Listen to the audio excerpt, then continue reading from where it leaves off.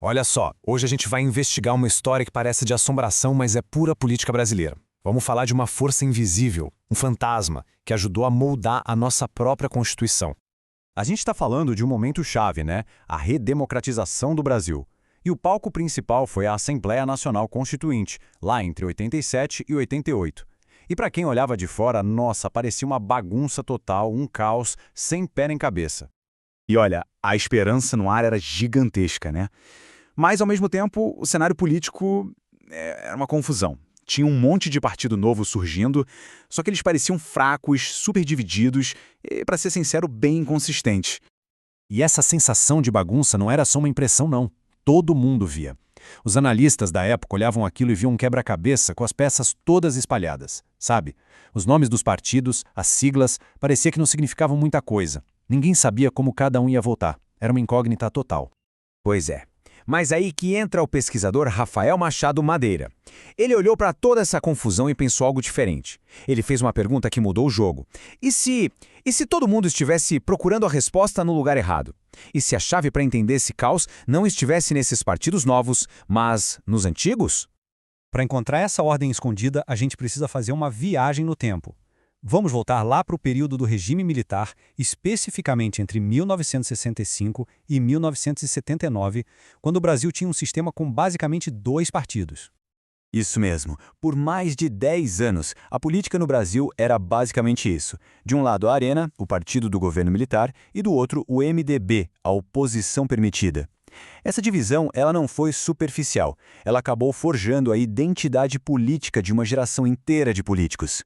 E aí vem a grande sacada da teoria do Madeira. A ideia é que essa experiência do passado, esse DNA político que os parlamentares carregavam, era muito mais forte do que a nova sigla partidária que eles adotaram em 1988. Ok, mas onde está a prova disso, né? Bom, ela aparece de um jeito, assim, impressionante quando a gente olha para as votações mais quentes daquela Constituinte, as que envolviam os direitos dos trabalhadores.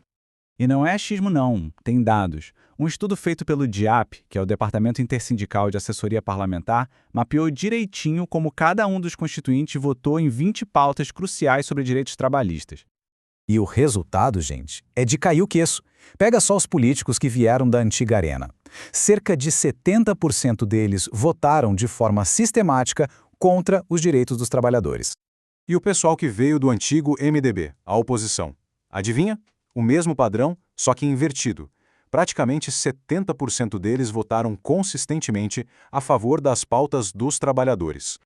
Então, de repente, aquele padrão que ninguém via aparece. E é chocante de tão claro que ele é. Onde antes parecia ter só caos, agora a gente vê uma ordem. As velhas identidades, Arena e MDB, previam o comportamento de voto com uma precisão, nossa, impressionante. E essa descoberta nos leva a uma diferença muito importante, uma distinção que, no fundo, resolve o quebra-cabeça inteiro. Primeiro, vamos falar de disciplina partidária. O que é isso? É a capacidade que o líder do partido tem de obrigar todo mundo a votar junto. E isso, em 1988, era baixíssimo. Os partidos novos simplesmente não tinham essa força. Mas aí entra outro conceito: coesão. Coesão é diferente. É a tendência natural das pessoas votarem juntas porque elas pensam parecido, porque têm uma história em comum. E a coesão, essa sim, era altíssima. O que movia essa galera não era uma ordem de cima para baixo, mas sim uma mentalidade que eles já traziam do passado. Exato. Como a análise do Madeira mostra, os parlamentares não votavam daquele jeito por imposição.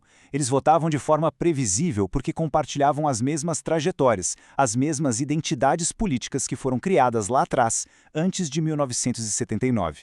Não era ordem, era convicção, era identidade.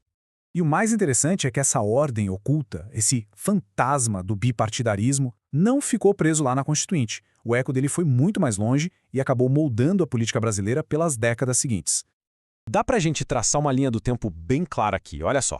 Primeiro, lá nos anos 60 e 70, o sistema de dois partidos cria identidades políticas muito fortes. Depois, em 87 e 88, essas identidades é que ditam o ritmo das votações na Constituinte. E por fim, depois de 88, o jeito como essa turma se espalhou pelos novos partidos acabou desenhando o sistema multipartidário que a gente conhece hoje. E como isso moldou o Brasil de hoje? Bom, de duas formas principais. O pessoal que veio da Arena se espalhou por um monte de partidos novos, o que acabou fragmentando o campo conservador. Já a galera do MDB se concentrou em menos partidos, criando um campo progressista mais coeso. E essa dinâmica ajuda a explicar muito da estrutura política do Brasil até hoje. Ou seja, no fim das contas, o tal caos de 1988 não era caos de verdade. Era só o eco de um sistema político que oficialmente nem existia mais. O que parecia ser só um ruído, uma bagunça, era, na verdade, o sinal de um padrão histórico muito, muito profundo. Tudo isso mostra como o passado nunca vai embora de verdade, né?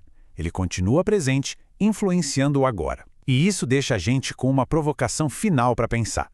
Se identidades políticas que nem existem mais têm tanta força assim, que outros fantasmas será que estão por aí moldando a política no Brasil e no mundo hoje?